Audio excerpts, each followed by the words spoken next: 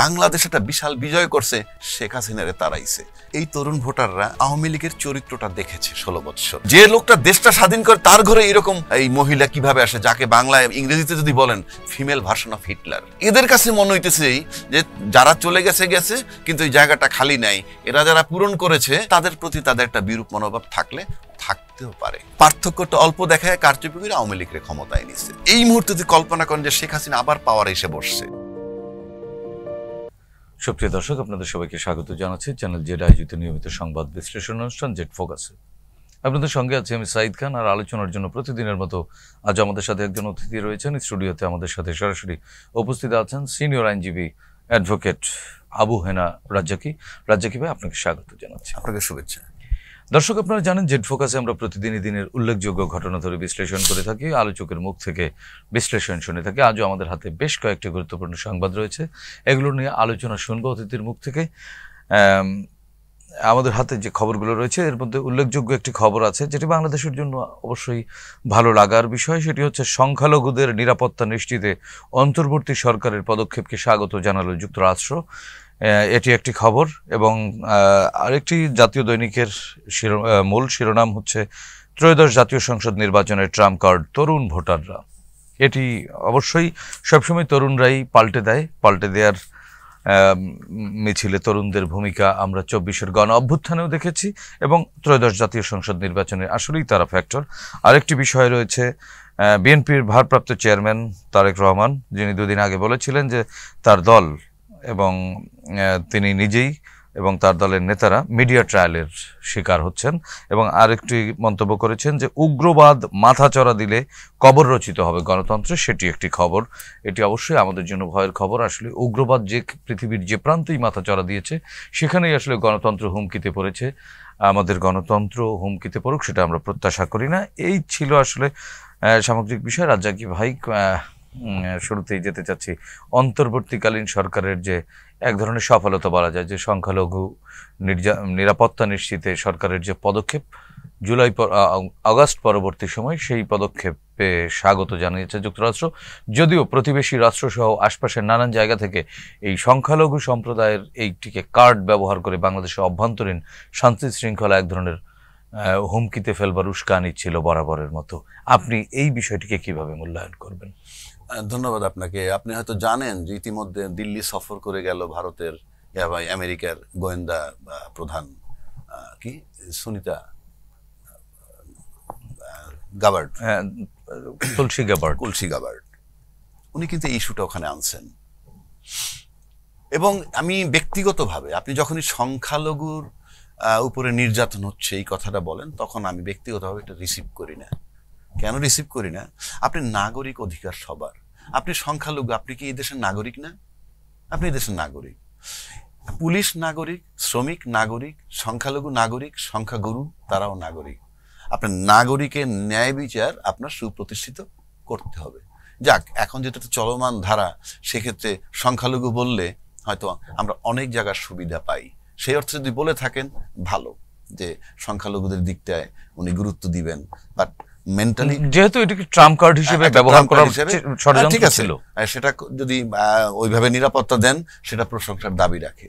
এটা নিয়ে আমি দ্বিমত করছি না। কিন্তু আমি পুরা দেশবাসীকে, প্লাস এই ইস্যুটা যারা আনে, সেই আমেরিকার গোয়েন্দা হোক বা অন্য দেশের গোয়েন্দা হোক, এই ইস্যুটা যারা আনবেন, আমি ব্যক্তিগতভাবে বলবো যে ভাই, আপনারা প্রতিবেশী হিসাবে বলেন, আন্তর্জাতিকভাবে বলেন, যে প্রত্যেকটা দেশের নাগরিকরে সুরক্ষা দিবেন আইনগতভাবে, যে সুরক্ষা সে পাওয়ার।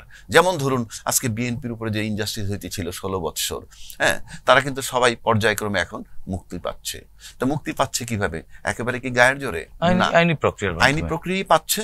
এবং যে ইনজাস্টিসটা করা হইতেছিল, এবং বাংলাদেশে একটা ব্যক্তি ছিল, উনি ছিলেন প্রধানমন্ত্রী, উনি ছিলেন চিফ জাস্টিস, উনি ছিলেন আইজিপি, প্রধান পুলিশের আইজিপি, উনি ছিলেন সেনাবাহিনীর প্রধান, 3 বাহিনীর প্রধান, উনি ছিলেন অ্যাবসলিউট পারসন, যার মানে কি বলে গণভবন নাই, যে প্রধানমন্ত্রীর কার্যালয়, হাজার হাজার ফাইল তার কাছে।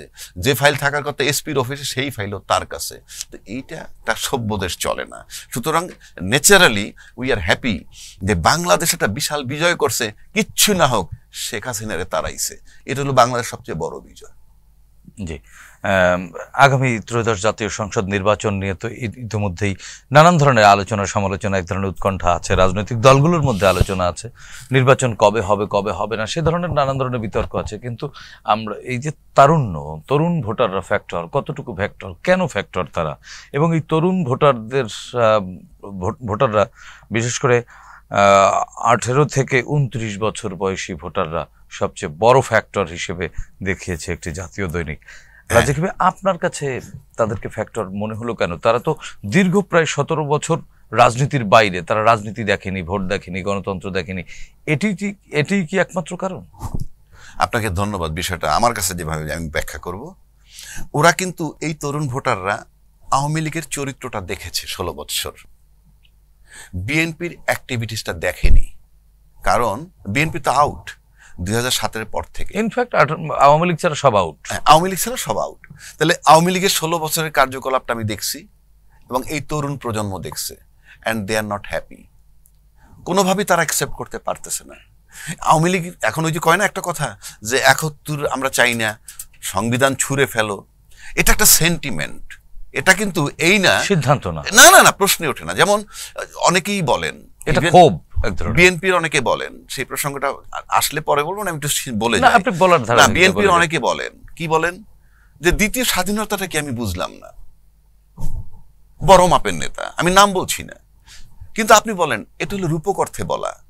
এই দ্বিতীয় স্বাধীনতা মানে কি আমি একটি বড় ভূখণ্ড পাইছি, আগের চেয়ে বাড়ছে না, আমার ভূখণ্ড কমছে, মাঝে মাঝে বলি বিপদ থেকে মুক্তি পেয়ে, যেমন রোগ, কঠিন রোগের থেকে যখন মুক্তি পায়, হ্যাঁ একেবারে ডাক্তার বলতেছে নো চান্স অফ রিটার্ন, তারপর যখন ফেরত আসে কি বলে, একটা নতুন জীবন পেয়েছি। ডাজ ইট মিন আমি মরে গেছিলাম? কিন্তু ভেগ টার্মের কথা, এবং এটাকে যখন সিরিয়াস বলে তখন মনে হয় দে আর নট পলিটিশিয়ান, রাদার তারা কেওয়াজ বাজাইতে চায়। এখন আসেন আপনি তরুণ ভোটার, এই তরুণরা আওয়ামী লীগের খাইচ্চতটা দেখছে খাঁটি বাংলায়। এই 16 বছর তাদের খাইচ্চত দেখা এদের একটা তীব্র মানে ঘৃণা, ক্ষোভ, ওই কারণে ওই 71-এর যুদ্ধকেও তারা ঘৃণা করে। এটার মানে এই না মানে ঘৃণা কিন্তু তারা ঠিক করে না, ওই বিষয়টিকে তাদের এই বিজয়টাকে বড় করে দেখে। তোমরা যুদ্ধ করছো, তোমরা স্বাধীনতার পক্ষের শক্তি, এই বিষয়টা এরকম, মানে একটা ক্ষোভ। তুমি আওয়ামী লীগ স্বাধীনতার পক্ষ শক্তি, তোমার পিতা দেশ স্বাধীন করছে, এটা মানে মানতে পারে না যে লোকটা দেশটা স্বাধীন করে তার ঘরে এরকম একজন মানুষ, এই মহিলা কিভাবে আসে, যাকে বাংলায় ইংরেজিতে যদি বলেন ফিমেল ভার্সন অফ হিটলার। এটা কিভাবে পয়দা হইলো এখানে? ওইখান থেকে বলে ইটস এ সেন্টিমেন্ট। আপনি কেউ 71 অস্বীকার করতে পারবে? যে লোক 100% স্বাধীনতা বিরোধী বাংলাদেশে, এরকম একটা লোক যদি খুঁজে বের করেন, তাকে যদি বলেন যে তুমি স্বাধীনতা ইতিহাস লিখো, সে বঙ্গবন্ধুরে বাদ দিতে পারবে? সে জিয়াউর রহমানের বাদ দিতে পারবে? সে ওই সময় যারা রাজাকারগিরি করছে, কুলাঙ্গার, তাদের নামও আনতে হবে। পার্ট অফ হিস্ট্রি, আপনি বাদ দিতে পারবেন না। এখন আসেন তরুণ ভোটাররা ওই খাইচ্চত দেখছে আওয়ামী লীগের। দ্বিতীয় ধাপটা আসেন, বিএনপিকে তারা পাওয়ারে দেখেনি, নির্যাতিত হতে দেখেছে। পাশাপাশি আপনি একটা জায়গায় আসেন, আর একটা চিত্র তাদের কাছে যাচ্ছে। কারণ ইতিমধ্যে তারা বাংলাদেশের দুইটা বড় দল আওয়ামী লীগ আর বিএনপি, এতে কোনো সন্দেহ নাই, এটা এই তরুণ প্রজন্মও জানে। কিন্তু তরুণ প্রজন্মের সেন্টিমেন্টটা কোথায়? যে আওয়ামী লীগ যখন চাঁদাবাজি করছে, আওয়ামী লীগ যখন সিন্ডিকেট করছে, আওয়ামী লীগ যখন বড় বড় কর্পোরেট অফিস যারা লয়ার ছিল, সেখানে তো লয়ার ছিল তাদের পক্ষে, যখন পট পরিবর্তন হইল, তখন তারা যখন চলে গেছে ওই জায়গাগুলো ছেড়ে, জায়গাগুলো খালি হয়ে গেছে। আজকে সেই জায়গাগুলো কি ভরাট আছে? খালি আছে? খালি নাই, শূন্যস্থান পূরণ করে ফেলেছে। এই শূন্যস্থান যারা পূরণ করে ফেলেছে, তাদেরকে এই নতুন প্রজন্ম দেখতেছে যে কারা পূরণ করছে। তো যারা পূরণ করছে তাদের আইডেন্টিটিটা যখন পাবে, তখন তাদের উপর তাদের একটা ক্ষোভ তৈরি হতে পারে। যে জায়গাটা ক্ষোভের ধারাবাহিকতা তৈরি গেছে, যে ওই আমরা স্বৈরাচার সরাইলো নাহিদ ইসলাম গংরা বা 36শে জুলাইয়ের আন্দোলন, তার সাথে আপনি ছিলেন, আমি ছিলেন, XYZ যারাই ছিলাম, দ্যাট ইজ ভিন্ন কথা। কিন্তু তারা যাওয়ার পর জায়গাটা খালি নেই। কিন্তু এই যে তরুণ প্রজন্ম যারা আজকের ভোটার, বয়স যদি 17 বছর পর্যন্ত ভোটার করে, আরো প্রায় 40-50-60 লাখ ভোটার বেড়ে যাবে। এদের কাছে মনে হইতেছে যে যারা চলে গেছে, কিন্তু এই জায়গাটা খালি নাই, এরা যারা পূরণ করেছে তাদের প্রতি তাদের একটা বিরূপ মনোভাব থাকতেও পারে। সুতরাং এই তরুণ প্রজন্মটা এই আজকে যারা নতুন দল করছে তারা কিন্তু একটা জিনিস পরিষ্কার, কোনো সন্দেহ নাই যে বাংলাদেশে অফিসিয়ালি ফ্যাসিজম বিরোধী একটা শক্তি হিসেবে তারা আবির্ভূত হয়েছে। এদের ব্যাপারে আপনি ডাউট রাখতে পারবেন না। দেয়ার মেইন ফ্যাক্টর। ইয়েস, না এরা যে ফ্যাসিবাদ বিরোধী শক্তি এ ব্যাপারে আপনি ডাউট কোনো সন্দেহ নেই। আপনি অন্য কোনো দলের ব্যাপারে আপনি নিজেও নিশ্চিত হইতে পারবেন না। আপনি যদি কোনো দলের সাথে সম্পৃক্ত থেকেও থাকেন, আমি আপনাকে প্রশ্ন করছি না, যদি মেন্টালি থেকেও থাকেন কোনো দল, আপনি নিশ্চিত সেই দলটাকে আপনি চূড়ান্তভাবে বলতে পারবেন না যে আর অ্যাবসলিউটলি ফ্যাসিজম বিরোধী স্ট্যান্ড নিয়ে দাঁড়ায় আছে। কারণ বলা অনেক মুশকিল, বলা মুশকিল। এই কারণে বলা মুশকিল, 16 বছর আপনি নির্যাতিত হয়েছেন, 16 বছরের মধ্যে চৌধুরী আলম গুম হয়েছে, আপনার ইলিয়াস গায়েব হয়েছে, ব্রিগেডিয়ার আজমির মতো একটা লোকের অন্য আর্মি অফিসারের নিয়ে কুয়ার ভিতরে রাইখেছে 8 বছর। ঠিক আছে, সেখানে কে কি রোল প্লে করেছেন আপনারা? তো সেই সব বিবেচনায় যদি আপনি নিয়ে আসেন, তাহলে পরে কিন্তু ফ্যাসিজম বিরোধী একটা শক্তি সে ব্যর্থ হোক আর সাকসেসফুল হোক, এই মুহূর্তে একমাত্র তারাই আইডেন্টিফাইড, 1 নম্বর। সুতরাং তরুণ প্রজন্ম তাদের দিকে টার্ন নিতে পারে, সেটা নিলে যে বিরাট কিছু হয়ে যাবে তা আমি বলছি না। কিন্তু আপনি মাঠে, কিন্তু রাজনীতির মাঠে 2 ধরনের শক্তি কাজ করে, একটা হলো ভোটের শক্তি আর একটা হলো মাঠের শক্তি। কারণ আমাদের দেশের ইলেকশন আপনি যদি বলেন টু সাম এক্সটেন্ট 91, 96 and 2001 এই 3টা নির্বাচন হয়েছে আপনার মোটামুটি অনেক নিরপেক্ষ, মানে গ্রহণযোগ্য। 2008-এর নির্বাচন আমি অ্যাবসলিউটলি ডাউট করি। আমি আপনার একটা সিম্পল লজিক দিই, 2008-এর নির্বাচনে আমি ব্যক্তিগতভাবে বলেছিলাম যে আওয়ামী লীগ পাওয়ারে যাবে। যদি বলেন কেন, নিশ্চিত কারণ আপনি যার কাছ থেকে ক্ষমতা কেড়ে নিবেন তাকে ক্ষমতা ফেরত দিবেন না। তাহলে 2007-এ ক্ষমতা কার কাছ থেকে নিছিল কেড়ে? বিএনপির কাছ থেকে, বেগম জিয়ার কাছ থেকে। তারপর যদি কেউ বিএনপি চিন্তা করে থাকে ভুলেও যে বিএনপির আবার পাওয়ার দেবে, অ্যাবসার্ড। অনেক সূক্ষ্ম কারচুপি করছে, পার্থক্যটা অল্প দেখায় কারচুপি করে আওয়ামী লীগের ক্ষমতায় নিছে, কথাটা পরিষ্কার। সুতরাং 111 যেটা হয়েছিল, ওই 11-এর পৃথিবীর কেউ তাদেরকে সহযোগিতা না করলো, তাদের বাঁচার জন্যই তারা আওয়ামী লীগের ক্ষমতায় আনতো। বেগম জিয়ার ক্ষমতা আনলেই তো অ্যাকশন নিত। আজকে যেমন আবার আওয়ামী লীগের কাছ থেকে ক্ষমতা নিয়ে নিছে আর্মিরা, কেড়ে নিক বা XYZ যারাই নিয়ে থাকুক। সুতরাং আর যাই হোক, এখন যারা সার্ভাইভিং রিটার্ন করবে না, এখন যারা সার্ভাইভিং অফিসার তারা আর যাই হোক শেখ হাসিনার কাছে কোশ্চিনকালে আর পাওয়ার দিবে না। কারণ তাহলে তারা কোথায় যাবে? এখন প্রশ্ন হচ্ছে যে এই তরুণ ভোটার, আবার বলছি, তরুণ ভোটার কোন দিকে যাবে? ওই ফ্যাসিজমরে যারা সরাইতে পারছে, ফ্যাসিস্ট সরকার যারা সরাইতে পারছে, এখন অনেকেই বলে আন্দোলন তো আমরাও করেছি। যদি আন্দোলন আপনি ওইভাবে করেনি, আমি দেখছি বিএনপির ফখরুল ইসলাম আলমগীর বলছে তাদের 422 জন লোক মারা গেছে। 422 জন লোক যদি আপনার জুলাই আন্দোলনে মারা যায় থাকে, তাহলে তো আপনার এখানেই কান্না করা উচিত, সকাল বিকাল এখানেই দাবা করা উচিত আপনার বিচার। কই, আপনি তো সেখানে ডিটারমাইন্ড না, এবং এই অঙ্গীকারও করেন নাই আপনারা, এইটাও বলেন না ওকে বিচার একটা চলমান প্রক্রিয়া, you start it, will continue it, সেটাও বলেননি। বলছে কোথাও? বলে নাই। কাজে আপনি আস্থা আনবেন কি করে? আর এখানে বলা হয় যে এখন তরুণরা দাবি করে জুলাই আন্দোলনের, যে একমাত্র তারা দাবি করে, অনেকেই অপোজ করে। আমাকে দেশ টিভি জিজ্ঞেস করছিল যে আপনি কি মনে করেন, আমি কি কল্পনা করেন এই আন্দোলন কারা করছে সেটা বলে দিচ্ছি।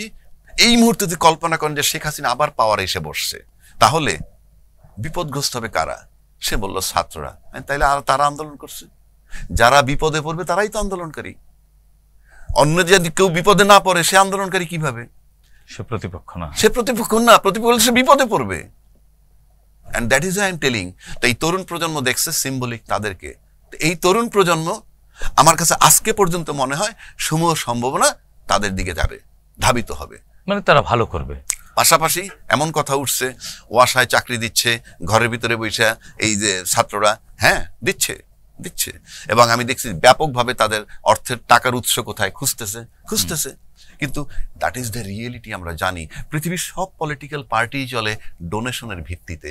গল্প আমরা মুখে বলতে হবে, পাওয়ারের কাছে সবাই চলে আসে। ইয়েস, আমেরিকায় এক ইলন মাস্ক কত $1 মিলিয়ন দিচ্ছে, সে তো প্রকাশ্যে বলে। পার্থক্য শুধু এইটুক, ওরা প্রকাশ্যে বলে, আমরা স্বীকার করি না। কেননা আপনি যদি দেখেন যে প্রকাশ্যে যদি আমি বলি যে আমাকে অমুকের টাকা দিয়ে আমি এমপি হয়ে গেছি, আর আপনি ক্ষমতায় গেছেন, আপনি তার 12টা বাজাবেন। ওই দুদক, ওই ইনকাম ট্যাক্স, রাজস্ব, এটা পৃথিবীর অন্য কোথাও নাই। আমি আপনাকে কোঅপারেট করবো, দ্যাট ইজ মাই ইস্যু। এখন আমরা শুধু ছাত্রদেরকেই প্রশ্ন করি, অন্য কাউকে আমরা প্রশ্ন করি তোমার টাকা কোথা থেকে আসে? আমি এটা সাপোর্ট করছি না। রাজনৈতিক দল চলবে কিভাবে? আর রাজনৈতিক দল তো ব্যবসা প্রতিষ্ঠান। আর আপনি যদি ওই ডাইল ভাত খেয়ে চলেন, তাইলে কি হবে জানেন? বাংলাদেশে 40-50টা পার্টির নাম পাওয়া যাবে, পেপার বেসড পার্টি, টকশো করে বিখ্যাত তারা। তাদের আর কোনো কিচ্ছু নাই, কাঠামো নাই। কিন্তু আপনাদের লাইমলাইটে আসতে হয়, কাঠামো বানিয়ে নিয়ে আসতে হয়, ইউ নিড ক্রোর ক্রোর টাকা, এবং সেটা এই প্রক্রিয়ায় আসবে। That is the reality. It does not mean যে আমি এটা সাপোর্ট করি। রাজনীতির টাকা এইভাবেই আসতে হবে, ভেরি সিম্পল। এই কারণেই তরুণরা আসলে ফ্যাক্টর, এবং পরবর্তী নির্বাচনে তাদের ভূমিকা অনেক গুরুত্বপূর্ণ থাকবে, এবং ভোটার সংখ্যায়ও তারা সবচেয়ে বেশি এই মুহূর্তে। আরেকটি বিষয় রাজ্জাকি ভাই, সেটি হচ্ছে যে বিএনপির ভারপ্রাপ্ত চেয়ারম্যান তারেক রহমান দুদিন আগে বললেন যে তিনি মিডিয়া ট্রায়ালের শিকার, এবং তারপর দিন গতকালকে বললেন যে উগ্রবাদ মাথাচড়া দিয়ে উঠলে গণতন্ত্র হুমকিতে পড়বে। আপনি কি মনে করেন? ওনার সেকেন্ড কোশ্চেনটা ইস্যুটা আমি পরে আসি, প্রথম ইস্যুটায় আসি। বিএনপির বিরুদ্ধে যে মিডিয়া ট্রায়াল শুরু হয়ে থাকে, এটা অ্যাবসলিউটলি বিএনপির ব্যর্থতা আমি বলবো। আমি দেখেছি এই সরকার ক্ষমতায় আসার পর তার সাথে অনেক পত্রিকার সম্পাদক দেখা করেছে। মাহফুজ আনাম সাহেব দেখা করেছেন, প্রথম আলো মতিউর রহমান চৌধুরী দেখা করেছেন, নিউ এজের নুরুল কবির সাহেব দেখা করেন। প্রত্যেকে একটা করে ইন্টারভিউ এনেছেন, এবং প্রত্যেকে ইউনূস সাহেবকে ব্যর্থ বলে আসছেন, এবং রেজাল্টে বেরোয় আসছে তিনি একজন ব্যর্থ সরকার। নুরুল কবির সাহেবকে প্রশ্ন করছিল যে আপনার অনেক উপদেষ্টাতে একেবারেই ব্যর্থ, এরকম কথাও বাজারে প্রচলিত আছে। বললো আমি নিজেই তো ব্যর্থ, আমি নিজেই যখন ব্যর্থ আরেকজনের আমি সার্থক করব কিভাবে? আমাকে কেউ কোঅপারেট করে না, আমার আহতদের টাকা দেওয়ার জন্য পর্যাপ্ত টাকা আছে, কিন্তু আমি আমলাতান্ত্রিক জটিলতার কারণে দিতে পারতেছি না, এটা আমার ব্যর্থতা। আমি কেন বলছি? ইউনূস সাহেব নিজেই তো মিডিয়া ট্রায়ালের মধ্যে আছেন। আপনি যদি মিডিয়া ট্রায়াল বলতে যেটা বুঝায়, আপনি তারা একিউজ তো করে ফেললেন, এবং সে একিউজড, এবং মিডিয়া ট্রায়ালের ভিতরে এইটাও আসছে খুন, ধর্ষণ, দিন দুপুরে গুলশানের বাড়িতে হামলা, তারপরে মব জাস্টিস, সবই কিন্তু আছে। তার মানে কি মিডিয়া ট্রায়াল তো উনি কঠিনভাবে ফেস করতেছেন। উল্টা দিকটা আমি যদি আসি, মিডিয়া ট্রায়াল যেমন তারেক জিয়া সাহেব বলছেন, কিভাবে মিডিয়া ট্রায়াল? আজকে যদি আমি মিডিয়ার দিকে তাকাই, আমি তো জানি, আমি তো মিডিয়াগুলো চিনি, সব মিডিয়াই তো তাদের। আপনি বাংলা ভিশনের দিকে তাকান, তাদের। আপনি যদি এনটিভির দিকে তাকান, আরটিভির দিকে তাকান, তাদের। নিউজ 24-এ যারা আছে তাদের। আপনি এইভাবে যদি হিসাব করেন, মিডিয়া ট্রায়াল কেন হবে? এখন আসেন, মিডিয়া ট্রায়ালে পড়ছে কেন? মিডিয়া ট্রায়ালে পড়ছে পত্রিকা যখন লিখে যে অমুক জায়গায় বিএনপি চাঁদাবাজি করে, আসে তো, নিউজ তো আসে, এবং ছাত্রদলরা মারামারি করছে দুই পক্ষ, এবং মানুষ নিহতও হয়েছে, পত্রিকায় যখন আসে। If it is not a fact, আপনার মিডিয়া সেলটা কোথায়? তারা কেন রিয়েলিটিটা নিয়ে আসে না? আমি যেমন আওয়ামী লীগের সময় টক শোতে বলেছি, অনেকে বলছে এটা মিডিয়া প্রোপাগান্ডা, আওয়ামী লীগের লোকে বলে। আমি আরে ভাই, সুপার পাওয়ার আপনারা, সব আপনাদের, আপনার মিডিয়া কোথায়? ওইখানে পিনা কি বলে, হেনিলিয়াস বলে, তো আপনার মিডিয়া কোথায়? You tell the truth. আপনি বলেন যে চাঁদাবাজি করতেছে, ইট ইজ নট কারেক্ট। আপনি আপনার ন্যারেটিভটা কি? আপনার তো মিডিয়া আছে রে ভাই, মানে তার নিজস্ব ন্যারেটিভ এস্টাবলিশ করতে উনি ব্যর্থ হয়েছে। হ্যাঁ, আপনি যদি ব্যর্থ হন তাহলে তো আপনি মিডিয়া ট্রায়াল ফেস করবেনই। আপনি যদি ব্যর্থ হন তাহলে আপনি মিডিয়া, যেমন ধরুন আমি একটা কথা বলি আপনাকে, শেখ হাসিনাকে যখন তাড়ানো হলো, তো সে তো সকল সাংবিধান যেভাবে সাংবিধানিক ভাবেই তো ছিল, একটা সংবিধানের দোহাই দিয়ে তো ছিল। তাকে যখন তাড়াইয়ে দেওয়া হইলো বা চলে গেল, সংবিধানে কোনো প্রবলেম হইল না। কিন্তু রাষ্ট্রপতিকে যখন আপনি অপসারণ করতে গেলেন, তখন আপনি বলতেছেন সাংবিধানিক সংকট হবে। কেন? তো হাসিনার বেলায় হয় নাই। এটা আপনি কি করবেন? আপনাকে তো একটা রিপ্লাই থাকতে হবে। বরং you could have kept silent, আপনি নীরব থাকতে পারতেন, প্রয়োজন ছিল না কথা বলার। যেমন ধরুন আজকে নির্বাচনের প্রসঙ্গ আসতেছে, আমি ব্যক্তিগতভাবে নির্বাচনের মাঠে বললাম না, দুই ধরনের শক্তি, একটা হলো ভোটের শক্তি, আর একটা হলো মাঠের শক্তি। এই মুহূর্তে যদি আমি বলি ভোটের শক্তি দৃশ্যমান যে বিএনপি ভোটের শক্তিতে আগে আছে, কিন্তু মাঠের শক্তি আমি একটা ব্যাখ্যা যদি দিই আপনাকে, মাঠে কারা আছে? এনসিপি, ওই সমন্বয়ক, ওই ছাত্রনেতা, তারা মিলেই তো দলটা করছে। এই দলটার পৃষ্ঠপোষকতা আছে কে? ক্ষমতাসীন, বুঝাই যায়। ধরা যাক তর্কের খাতিরে নাহিদ উপদেষ্টা ছিল, চলে আসছে, বাট এই যে ছাত্রটা যে দলটা বানাইছে, সে তো ইউনূস সাহেবের পাশে থাকবে। ইউনূস সাহেব তার পাশে থাকলো কি না থাকলো পরের চ্যাপ্টার, কিন্তু এরা থাকবে তার পাশে। আর ইউনূস সাহেবের এগুলো দরকার কেন? ইউনূস সাহেবের দরকার এই কারণে, প্রশাসন তাকে নন কোঅপারেট করে। যদি তারা করতো তাহলে এদেরকে লাগতো না। একটা লোকের তো ক্ষমতায় থাকতে হলে, যখন যারা ক্ষমতায় থাকে, আপনি যখন বিএনপি ক্ষমতায় থাকে, মাঠে কিন্তু তার কর্মী থাকে। আওয়ামী লীগ ক্ষমতায় হলে মাঠে তার কর্মী থাকে। ইউনূস সাহেব ক্ষমতায়, মাঠে কে? তার জন্য মাঠে তো কেউ নাই, তার জন্য মাঠে নিয়োগকর্তা ছাত্র, তারা বানাইছে দল, সুতরাং আপাতত তারা। পাশাপাশি আরেক জায়গায় আসেন, আমরা দেখতেছি যারা দৃঢ়ভাবে যে দলটা সংস্কার তারপর বিচারের পর তার নির্বাচন চায়, সেটা হলো ইসলামিক ফোর্সগুলো। তার মানে কি, এই ইসলামিক ফোর্সগুলো এই সরকারের পক্ষে আছে।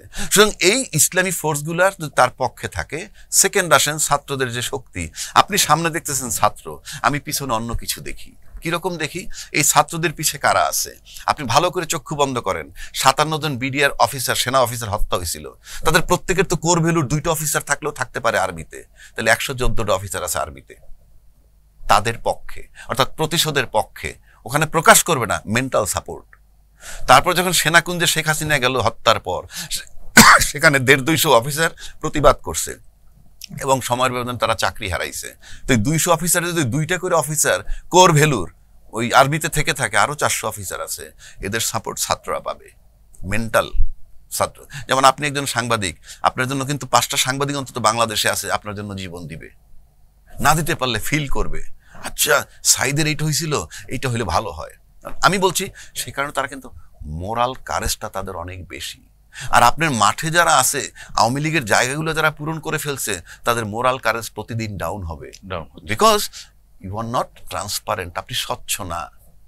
আপনি যেহেতু স্বচ্ছ না রাজনৈতিক ভাবে, রিপ্লেস হওয়ার যে মানসিকতা, সুতরাং ভাই আপনি এটা বিএনপির জন্য আমি মনে করি ক্ষতিকারক। বিএনপির আরেকটা জিনিস করা উচিত ছিল, আজকে এরা নতুন দল কেন বানাবে? প্রয়োজনই ছিল না। আপনি যখন মুখে বলে গণতান্ত্রিক প্রক্রিয়ায় দল হতে পারে, কোনো আপত্তি নাই, কিন্তু কোনো নতুন দল হইলে কোনো রাজনৈতিক দল কি সাপোর্ট করে তাকে? করে না। আমি বাজারে একটা প্রোডাক্ট মার্কেটিং করে ফেলছি, এখন আপনি আর একটা প্রোডাক্ট নিয়ে আসবেন, আমি মুখে বলবো আসতে পারেন, অন্তর বলবো ওরে কেমনে সরাবি। এক ধরনের প্রতিযোগিতা তো হয়েই যায়। আমি চাবোই না আপনার পিছনে আমি কনস্পিরেসি করবো। রাইট। তো সেই কনস্পিরেসি অনেক কায়দায় হইতে পারতো। ওকে, তোমরা আসছো, তোমরা আমাদের সাথে আসো, তোমরা আমাদের সাথে আসো, আমরা দেশটা গড়ি, নির্বাচন করি, তরুণ সমাজ তোমার পক্ষে যাক, তুমি 50-60টা সিট পাইতেই পারো, আমরা সরকার গঠন করব। যদি ফেসিবাদ নাড়াচাড়া দিয়ে ওঠে, ওই 60টা সিট পাওয়ার যে লোকগুলা, ওরা পিটাপিটি করবে। কারণ কি, ওদের ভিতরে দাগ কাটা, ওদের ভিতরে কষ্ট, ক্ষত। ওরা যেভাবে মাঠে নামবে, আমি লিখে দিতে পারি আপনি সাইদ সাহেব পারবেন না নামতে, কারণ ওরা পরীক্ষা দিয়ে ফেলছে। যার কন্যা রেপড হয়, কোর্টে একবার জিজ্ঞেস করছিল, আপনার মেয়েরা যখন কিডন্যাপ করে নিয়ে যায়, সেই গাড়িটা আপনি দেখছেন, গাড়ির নাম্বার কত? Like stupid question. আমার মেয়েকে তুলে নিয়ে যাচ্ছে গাড়িতে, আমি কি কইরা গাড়ির নাম্বার খেয়াল রাখবো না, আমার মেয়ের জন্য কাঁদবো? So this is the thing happening in Bangladesh. তো আপনি আমার যখন গায়ে গুলি পড়ছে, আমার মা কাতরাইতেছে, এবং আমার ছোট ভাইটা বাইচে আছে, ফাহাদ হত্যা হয়েছে বিশ্ববিদ্যালয়ে, তার ছোট ভাই কিছু না পারুক, কখনো যদি সুযোগ পায়, ওই আসামিগুলাকে অনেক কিছু সে করতে পারে। এক ধরনের প্রতিশোধ পরায়ণ মানসিকতা তো আপনি বানিয়েছেন, জন্ম নিবেই। সুতরাং সেই কারণে এই গতিটা তাদের খুব স্ট্রং আমি মনে করি। 3 নম্বর আসেন নির্বাচন না হওয়ার সম্ভাবনা প্রায় 100 ভাগ।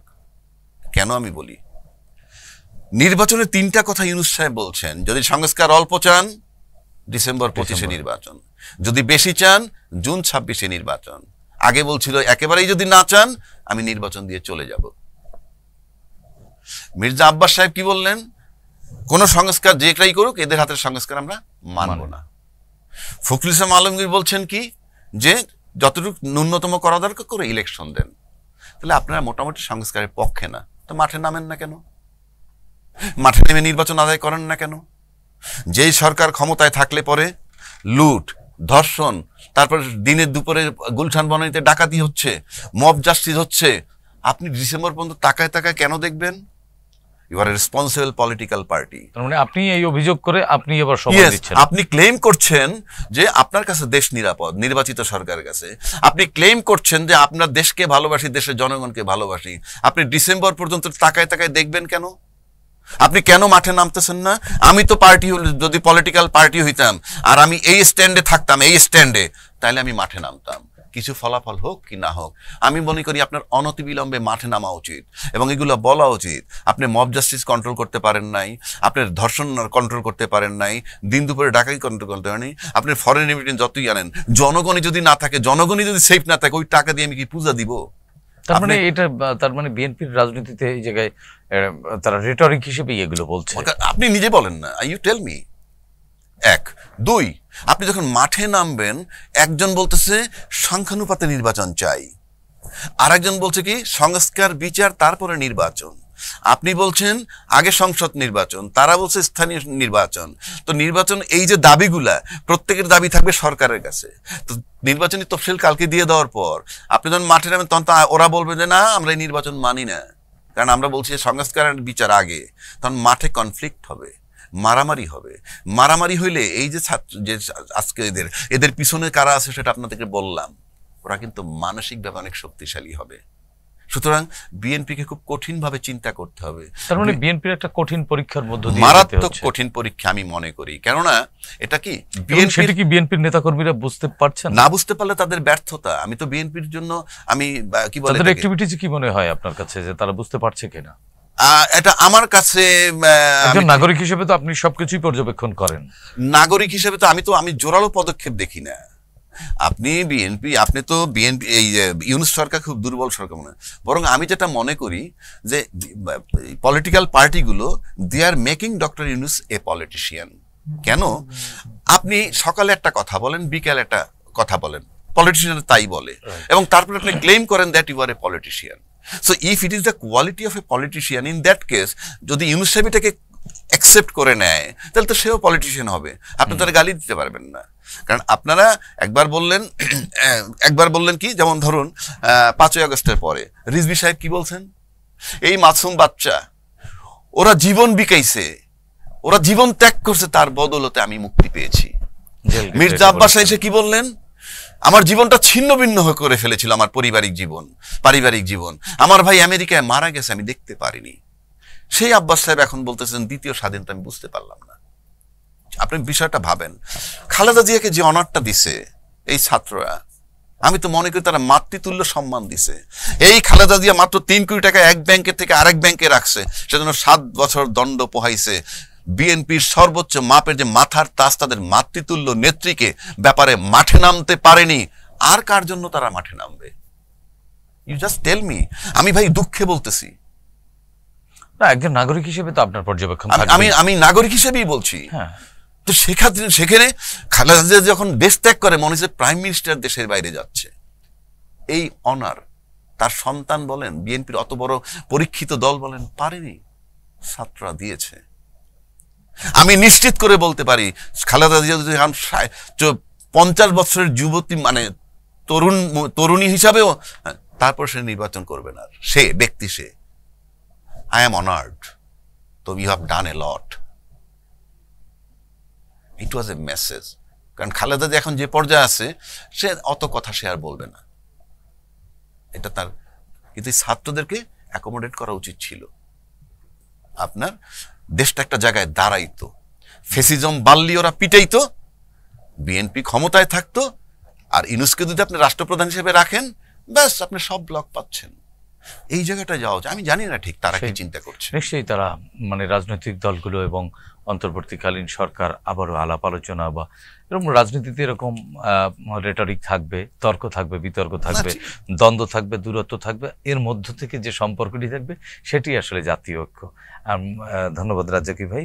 প্রিয় দর্শক, আমরাও বিশ্বাস করি যে আসলে জুলাই গণ অভ্যুত্থানে আমাদের মধ্যে যে জাতীয় ঐক্য গড়ে উঠেছে, সেই ঐক্য আসলে কোনো ষড়যন্ত্র, কোনো দ্বিধা দ্বন্দ্বের কারণে ফাটল ধরবে বলে আমরা বিশ্বাস করি না। আমরা বিশ্বাস করি ঐক্যই শক্তি, এবং ওই ঐক্যই আমাদের মুক্তির দিকে এগিয়ে নিয়ে যাবে, সেই প্রত্যাশা ব্যক্ত করে আজকের মতো এখানেই শেষ করছি। সবাই ভালো থাকুন, সুস্থ থাকুন, চ্যানেল জেডের সঙ্গে থাকুন। খোদা হাফেজ।